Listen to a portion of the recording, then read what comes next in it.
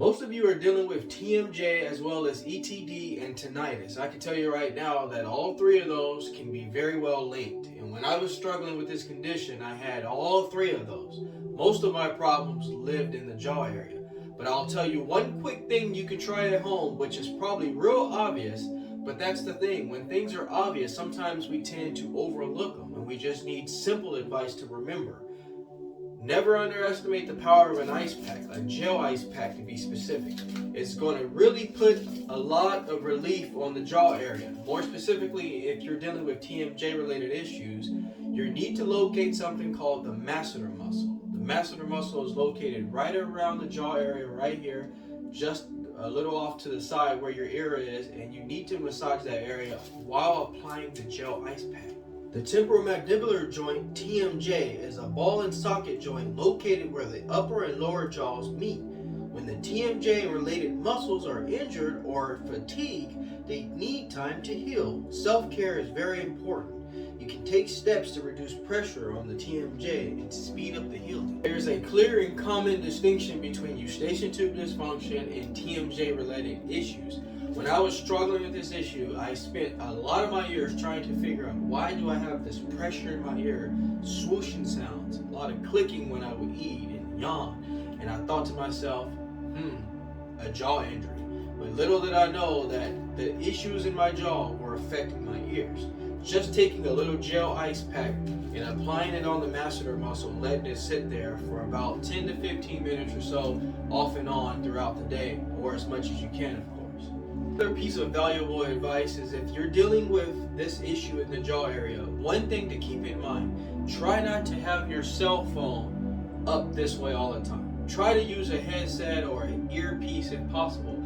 Another thing that can really be throwing a lot of things out of whack and increasing inflammation in the neck, the shoulders, as well as the top of the mid-back is doing this, as well as a lot of raising your shoulders. And I realized very quickly that a lot of this and holding the phone on your shoulders is going to make even your ear problems worse. What many of you have all discovered is that stress increases all of these problems. I realized working and being focused on something, and of course sometimes when we're at our jobs and we're dealing with situations, we tend to stress.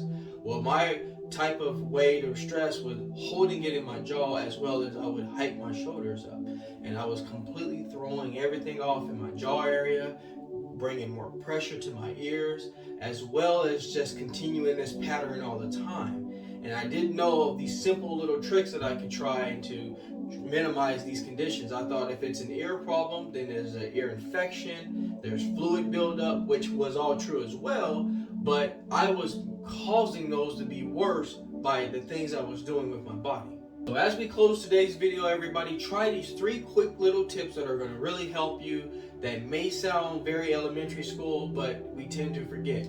Incorporate a gel ice pack on your jaw for about 10 to 15 minutes at a time. Of course, take breaks, or if it's too cold, you can always put a paper towel around it and hold it there for a little while. And then you want to make sure to not have your phone up to your ear and hold your shoulders up in this position, because that's not going to help at all. That's actually going to make Eustachian tube dysfunction even worse. We don't think about these things when we have Eustachian tube dysfunction, so that's number 2.